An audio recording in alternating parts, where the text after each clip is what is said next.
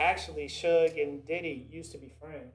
When Diddy used to come out to the West Coast, Suge would pick him up and take him around. But they actually saying what it's really all about, again, being bitch ass niggas. Women. That's where this all really stems from. Women, right? And Diddy has a history of trying to saying his mom, I'm gonna take your bitch. That's what he been doing. You know what I mean? So all this drama is about women, and that's why I'm bringing it full circle. I believe that's why 50 produced this. It ain't about 50 making. Yes, he's a businessman. I think he's gonna make some money off this. But it's more the fact he's mad because Diddy was dumping in his baby mama, Daphne. That she was all in the indictment. That she was willing to do any and everything to be with the Diddy. That's what this is. That's what this is about. This ain't about him making money, man. This is personal. Because he's seen them transcripts and all that freaky, nasty shit his baby mama was doing with that mouth, probably coming back to kiss him. Think about it. Oh, yeah. Oh, yeah. Oh, yeah. Oh, yeah. Could it be possible that Cassie understands the power and the leverage of her youth and virtue, and she took full advantage of it when she sensed that Diddy was interested in her? She could have stayed the course. And again, for her talent, because she's not that fucking talented. And she still won at the end of the day. Let's just be honest. Cassie's talent, the 2, 3, 4 songs she may have came in, would have never earned $40, $50 million or whatever that settlement was. So how are we saying that she's the victim? Well, I think when you play games, when you play stupid games, don't be surprised when you win stupid prizes. Well, I guess if you think about it from the beginning, what you portray in the documentary, maybe you say that Puffy was a victim from the beginning. He was. In some ways. And I'm not framing that. I'm not taking up for him. He was. He is. In some ways. Look, So how would you? How was Puffy? I mean, from his environment. From his environment. Okay, you talking about from. And I'm gonna talk about it because my environment, how I grew up, was very similar. Right? When you grow up and you are a young boy, you're very impressionable. And when you grow up and your mom is you're supposed to be your nurturer and your disciplinarian, and she got her own shit going on, and she probably is, I ain't gonna say his mom don't love him and all that, but it was obligation. And she looked at him like, look, you are not the mouth I'm gonna feed. I love you in her own way. I'm gonna take care of you, but you're gonna be exposed to every fucking thing I go through as an adult. Because when you grow up in those situations, there is no shielding. There is no, I'm gotta do this, and another, and I'm gonna separate you and protect you. Your childhood. No, you're a front row seat rider through all this shit, all this adult shit. Whether it's you being exposed to drugs, whether you're exposed to sex, whether you're exposed to just grown people shit. Some kids never have an opportunity to be a kid. Right. And that's where I feel that someone coming from those circumstances has and then his age, it right? Makes you he has a jump start on all this. So that's why I think what could have happened is Cassie along the way, but not at the beginning. I don't think it was the mindset. Maybe she just wanted a bigger record deal or something like that. Of course. So when do you know a nigga want to fuck it? When he got his dick in your mouth or your butt or your vagina? Like, knock it off, man. Like, come but what on. I'm saying is along the way, she could have saw and like, oh, I can do this and I can get that. But I don't think she went into it. He's Diddy. Yeah, so she went into it. And first of all, you know you ain't fucking talented. That's anybody. If anybody meets Diddy and you see him or anybody famous and you have a talent or you won't need a job, you're gonna put on. You're gonna be like, what can I do to get where they are? What can I do to where does Cassie rank in the talent that came from the bad boy regime? She's at the fucking bottom. It's not even. I'm pitting her against rappers, R&B singers. She's at the fucking bottom of talent. Why do you think Diddy is interested in you? Well, Come on, knock it off. At the end of the day, she's an attractive young lady, and in that world, she used her.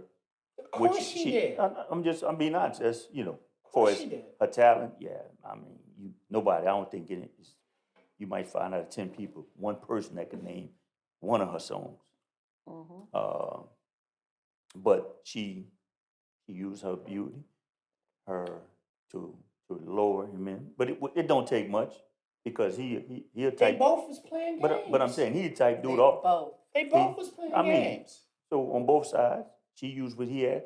He the type. I'm gonna switch up as much as possible because I am Diddy. I'm Diddy. I've said that. I'm not defending Diddy. I'm just saying, like, it's just I don't like the narrative because there's two consensual adults here. Mm-hmm. You can't, because Diddy got money, Diddy got power, all the other shit that Diddy did, the rumors or the alleged things that he's did to other women. She knew that too. Mm-hmm. Them same friends, whoever, hey girl, this is Diddy, blah blah blah blah. He had a reputation of punching chicks in the fucking face, blacking eyes, breaking noses. But at the same time, how many? Not defending Diddy, not defending her. They have equal blame. Was she in that same category? I know she was using him to an extent to get whatever her come up was. I don't know. Now come up was the settlement. Just the money or whatever it is. But because she thought, I heard he used to beat the mother one, but he not gonna do it to me. Nah, he knew. She knew it. She knew it. Ain't no here. She knew it. It's rumored that Kim Porter told her straight up, and other women that had situationships with him, that he had a dark side. She was with that shit. But what I'm saying is, money or no money, how many women that you have heard about saying, I heard what he did, but I thought it wouldn't go happen to me. She could have been in that same boat. Yeah, they all told me, I heard it all, but they convinced themselves, I'm gonna change him. It's not gonna happen to me. You know what? Even if we're gonna go down the path and let's just entertain your logic or your narrative. She's 19, she's young, she's very impressionable, she don't know, kind of got thrown to the wolves, right? Fast forward a few years, she's seen a few things and has done allegedly a lot of things by 21, 22, 23. When it really started to get bad the first time, allegedly the first time, she had an opportunity to leave. Right? That comes from his former global brand manager, Capricorn. She talks in the documentary as well. I believe this is right after the Kid Cudi incident. Yeah, the incident when they allegedly burned his car and went to his house and did all this stuff. And Diddy allegedly had a pistol, right? Had a firearm on him, and he called a Capricorn. He kidnapped his global brand manager. How you do that, right? He kidnapped her and called Cassie. He knows about you and Cudi. He knows Cudi's in the house, blah, blah, blah, blah, blah. He's going to do something to Cudi. Cassie responds, Cudi's with me. So he can't do nothing when he's with me. So whatever Diddy allegedly did, they convince her to come or whatever the case may be. They have a conversation. I think it gets violent, blah, blah, blah, blah. He puts his hands on her. Capricorn tells her, if not after that incident, shortly after another incident, you need to leave him alone and get away from him. Cassie responds. How do you think Cassie responds? Tell me. If I leave him, where am I going to go? Jay-Z already taken. Does that sound like a victim to you? That seems like a fucking opportunist to me. Because you willing to take all this alleged abuse, all these forced threesomes, menage a trois, all that kinky shit that they say he was doing, take drugs and all that. And if you have an opportunity and he's allegedly willing to let you go, your response, your retort to the person who's trying to help you, where am I go? Jay-Z's already taken. That's a fucking opportunist to me that's willing to do it. Can I use your example? Yeah. You heard this story before. Even when the young lady and the abusive guy, they broke, what does she always say when they tell her get away? Where am I gonna go? No, So let me finish. I think if he made $42,000, she But would have got on a hold- Greyhound and went back No, to her no. fucking So parents' how house. many? But here's the thing: we have heard she doesn't leave. We have heard the story and wind up dead. Mhm. So her saying that is the same thing somebody that's not making Diddy money does. In their mind, where am I gonna go? Now in her case, where am I gonna go to keep getting spoiled like this? She had another target, But so that means she'd already thought about Jay. She got a But- she got a board up in her room of but- all the billionaires or 100 millionaires that she can target. But that's the point. Where am I gonna go? Because all of them taken. So money or no money, I'm being the devil's advocate for female, a lot of females in abusive relationships. You're being the devil's advocate, and I respect your logic, and you're right. It's a lot of And women. I that say stay- devil advocate with it the wrong stay- sweatshirt it- on it- too. it- right. It's I a lot of women that apologize. stay in an abusive relationship with broke ass niggas. I get it, but we're talking about this particular Hey, case. but she was being honest. Where am I gonna go to get spoiled the way I get spoiled? Mine is all the abuse, like you said. Mine is the money. She can't go nowhere. She can't jet set. Right. She ain't jet setting. She ain't doing red carpets. She ain't going to premieres. She not getting treated like a Right. queen. She not getting flown out. She not getting on a private jet or a yacht or whatever. So- but what I'm saying is then that's a decision that you make. Yeah, right. Because she sold herself out from the things. I'm agreeing with you. She sold herself out from the things people can't see. She lost her self-being. She lost her character and moral for money, for jet setting, for the red carpet, for the penthouse. She sold herself, and it goes back to you. She's not a victim. If you're gonna sell yourself out, you can't cry a victim. Bro, that's to each his own. It doesn't even matter. You can reverse roles, man. When you sign up for it and you in it, Right. you in it. You can't get mad at the outcome. You can't. When you sign up for the shit, you with it. Like if you in the streets, then you know what comes with the streets. And that's, we saying Come the on, man. same You thing. can't get mad and then try to because- change your mind or change the rules because they ain't working in your favor. That's why I said we saying the same thing. Because when you sell yourself out, you're not a victim no more. After that statement, you're no longer a victim because you're saying I'm gonna stay here, whatever comes with it. Why? Because I don't want to release the attributes that I'm getting. So at that point, you're right. You can't be a victim. You in it because you want to be in it. So let's kind of drive the conversation back to the documentary, right? What do you all think about Diddy actually having a photographer or a videographer follow him 7 days leading up to his arrest? And what's being rumored is the reason or how 50 Cent and the other producer got the footage. He hired this videographer, didn't pay him. Didn't pay him. Oh man. Didn't pay him. So down there saying like the videographer, the original guy that he hired was sick a day and sent a replacement videographer. Like who the fuck does? Sent a replacement videographer, and that's how they got the footage. So you can it follows Diddy for the 6 or 7 days leading up to his arrest. He's in New York. He's in a condo or something, and he's going through the city. There, he's talking to his legal team. He pretty much when it comes on, it's pretty much talking about. He's telling his legal team they need to get their shit together because they losing. Yeah, I saw that. He's like, y'all need to get y'all shit together. Look, Yeah, he told me. you all talking about He being said, on. call me back. Call me back when y'all got motherfucking asses. You talking about hitting the regular news circuit, CNN and blah blah blah. It was like that. 1 million people might look at that shit. 10 million people on 5 billion people on fucking TikTok. We need to be doing a social media blast to kind of combat, what the narrative has been. And then it just shows him going uptown and meeting the people, and then immediately getting back in the truck, talking about he needs hand sanitizer because he done touched too many hands and shit today. What do y'all think? Like, what would possess him to not only get the hire a videographer, photographer, and not fucking pay him? Right. It's ego. It's ego. It just speaks to everything that you said leading up to where he is or was at that point. How he's always, or he's built it where everything goes his way. He's the one in control. He's dominant.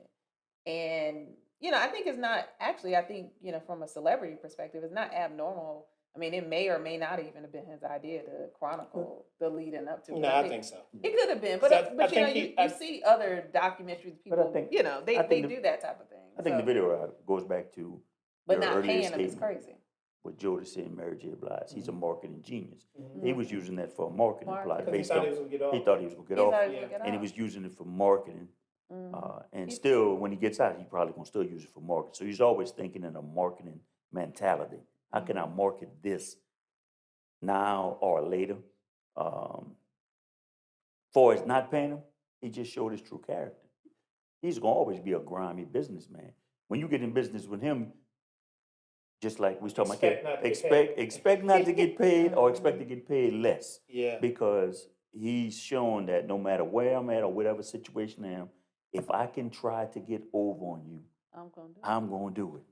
So I think that's a great pivot. And, one thing that, some of my opening statements that I made was like, I'm definitely not advocating for Diddy. You see the first installment of the 4 episodes, you'd be like, man, Diddy's a horrible person. Because when you talked about just how he approaches business, the document did do a really good job. And, I think some people refuse to participate. Like, obviously, Mace could have been on there, but Mace is mature, he's older, he got his own shit, lessons learned. The Locks could have been on there. Could have been a host of other people that participate. But a lot of people didn't participate. But one thing that was consistent about him, the tactics he used, the business tactics that he used that were never in the favor or equal to whoever he was doing business with. And one of the things that really made me, kind of go back memory lane, obviously was much younger. I was a kid at that time. I think this happened like 91, 92. At City College, he had threw like a concert. I think him and Heavy D, they had partnered to throw a concert in City College. And I think City College only holds, maybe 2,500 to 3,000 people. And I think over 10,000 people showed up. So basically, they over-promoted the event. And I think, 10 people that lost their life? 10 people lost their life because they got trampled. And then how it is, it's like a 3-story, like a lot of the colleges in the cities. Right. They're like multiple floors down, right? To get to the gym, it was multiple floors down, smaller university. And they really trapped people. There was one way in, one way out. And just more people kept coming, more people kept coming. So more people just kept coming, and then people end up getting stuck in there, getting trampled. Some people died of suffocation. It was just really, really horrible, right? Situation. And this is around the time that he was forming Bad Boy. And what he did was not to get sued. The family couldn't sue him. Bad Boy initially wasn't even in his name. 75% of the company was in his mom's name, and the other 25% was in his co-founder's name, which is, I think his name is Kirk.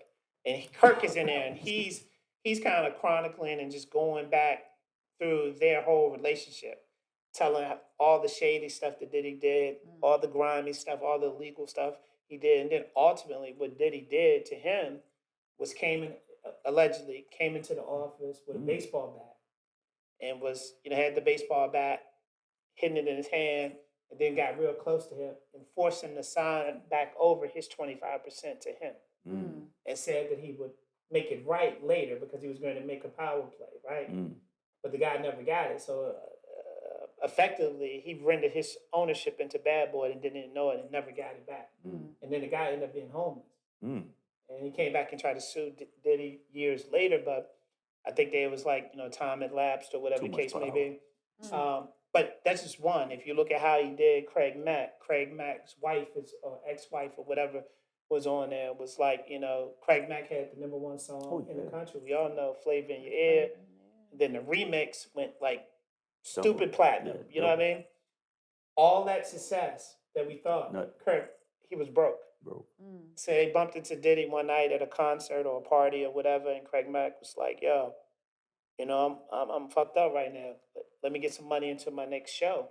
So Diddy pulled out a wad of money, gave him one crisp $100 bill. All right. So you think about how he did him. That's grimy. You think about how he did Black Rob. Black Rob ain't have no medical insurance. Black Rob ain't family couldn't bury him. I mean, the list just goes on and on and on and on and on about him just being grimy and just being a shady businessman and not willing to do anything. Let's not even talk about the shooting with him, Jim Lopez, and Sean. How the victim says she saw him shoot her, not Sean. Says she saw Diddy shoot him. But Diddy was paying for Sean's legal team, and they railroaded him. They sabotaged it and made set up so he could take the fall. So they just go through all the shit that this guy has did. And it did over 30 years, man. It allegedly, he had something with Biggie. And, you know, allegedly he made Biggie family pay for his funeral, which Biggie's family has now come back and said that's a lie. But it just really makes you think like nothing is outside of this guy's character, man. He doesn't have any character. It's one thing to be outside your character, and it's one thing to have another thing not to have no character. Yeah. So his character is zero.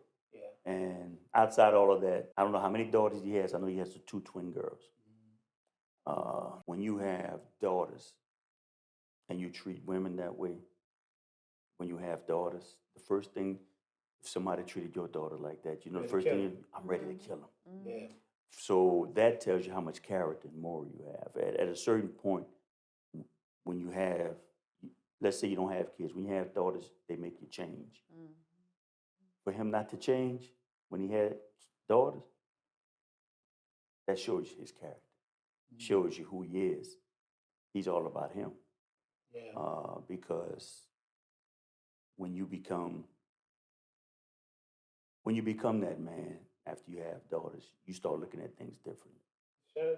And you're like, man, you start reflecting, be like, man, I did a lot of people bad, a lot of women bad. And for him never to change his ways, I'll tell you what type of dude he is. Stay out of his way. Don't do business with him because you going to get the short end of the stick. Yeah. If you're a female, don't date him because you're gonna get the short end of the stick. So, hopefully he changes, but I doubt it. I pray he changes. But his character, non-existent. It's all about me. It's all about how I can rise to the top.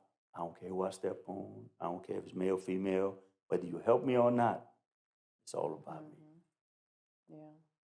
Yeah, the document also covers like the whole framing of East versus West Coast, ultimately led to Tupac and Biggie's demise. I don't know if it really provided any new information. I would say that, that over the years it's kind of been like, when Suge stood up in New York, I think it was it the Soul Train? Soul Train Music Awards, and he did his infamous speech, about dancing all in the videos. And come over to Death Row. So for many years, that night, Diddy actually addressed it. He said, I'm the one he's talking about. But then some people had said that he wasn't even talking about Diddy. He was actually talking about Jermaine Dupri. And one of his artists, Mark Carey, and I think he's from Georgia, he was a rapper on Bad Boy, and he worked security at some of the strip clubs in Atlanta. And he tells a story that at least I hadn't heard before, how it really started. And obviously it was about Suge and Diddy, but it stemmed for something that happened a few years earlier, or maybe a year or two earlier, when Suge's best friend, Jake, was killed in Atlanta by Diddy's bodyguard. But how Mark Carey tells the story, we already heard the story that Diddy's former bodyguard, alleged bodyguard, Wolf, killed Jake. Mark Carey doesn't say Wolf by name. He just says a guy has had a gun like this to the side of Jake and was looking at Suge and tapped him and then just started shooting him. Mm. Then Mark Carey tells a story that Suge grabs Diddy by the neck in Atlanta and uses him as a shield. Mm. And Diddy tells him, let me go, it's going to be all right. And Suge says, you know, tell your kids it's going to be all right. Tell your mama it's going to be all right, blah, blah, blah, blah, blah. And said the guy, which he doesn't call him by his name, but we all know who it actually is actually Wolf, a New York street guy, right? Mm-hmm. Takes off running with the gun, and then they go their separate ways. But from that point on, it was definitely on between Suge and Diddy. Mm-hmm. And the reason why I bring that up, because I think it sheds some new information or more light on how they were, because actually Suge and Diddy used to be friends. When Diddy used to come out to the West Coast, Suge would pick him up and take him around. Mm. But they actually saying what it's really all about, again, being bitch ass niggas. Okay. Women. Okay. That's where this all really stems from. Women, right? And, you know, Diddy has a history of trying to, saying his mom, I'm going to take your bitch. Mm. And that's what he been doing. Mm-hmm. You know what I mean? So all this drama is about women. Mm. And that's why I'm bringing it full circle. I believe that's why 50 produced this. It ain't about 50 making money. Yes, he's a businessman. I think he's going to make some money off this. But it's more the fact he's mad because Diddy was dumping in his baby mama, Daphne. That she was all in the indictment. That she was willing to do any and everything to be with the diddler. That's what this really about. The diddler. That's what this is about, man. This ain't about him making no money, man. This is personal. Mm. Because he's seen them transcripts and all that freaky, nasty shit his baby mama was doing with that mouth, probably coming back to kiss him. Think about it. Oh, yeah. Oh, yeah. Oh, yeah. Oh, yeah. That's what this shit really about. Because, you know, like, weak man, we all know, like, I mean, how many wars, you know, biblical, Over women. you know, over women. And I think that's what this really is about. And I think that, you know, even though 50 might not look at himself as a leader, but he's somebody that could change our culture. Mm-hmm. And I think you're doing a lot of the fighting and the destroying for people that don't look like us, but who pray and want our downfall. So that's why I think he's a bitch ass nigga. And I think that what he's doing is it's not like, okay, you kicking him while he's down, but then what? After that, then what? Like, I think we're so programmed, right? We're so conditioned to hate one another. We're talking about two very successful brothers. Yes. Right? And again, nobody's talking about, nobody's advocating for Diddy. Nobody's, you know, in his corner or wishing he was out. None of that shit. Nobody's doing that. I'm just saying, I just think it's a certain age, and both of them over 50 years old. Yeah. Like, bro, you got to grow up sometimes. It's Stop it. Let what's coming to Diddy come to Diddy. Yeah. Yeah. I don't even pray for my enemies' downfall.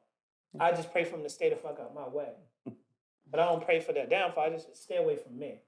You feel me? Like, so I just think it's just unnecessary. I heard Mike Epps say someone on I think it was Jim Jones podcast, and he was talking about how Comedians. just black people, man, and we celebrate the wrong things. Wrong things. And Man, we honor the wrong things. Yes, for sure. So I know we're getting close to our time. What do we think? Do we think Diddy's gonna serve his entire sentence,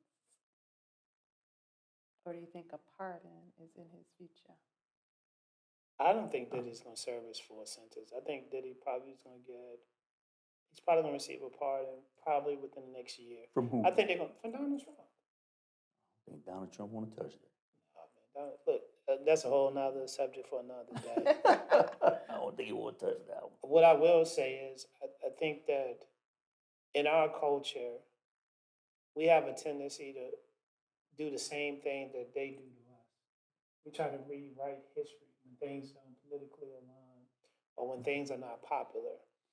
And look, I am definitely not a supporter in any way, shape, form, or fashion of the current political situation. But what I will say is, I remember as a kid, he's in 100 rap songs. He partied a lot with them. At one time, DT was an honorary one of us. And I got to keep it tall. Like, his policies don't align with maybe what we like or what not. But I think that with all that he do and all that he say, I think that a lot of people in our community, they go against him or they try to distance themselves because it's not politically correct.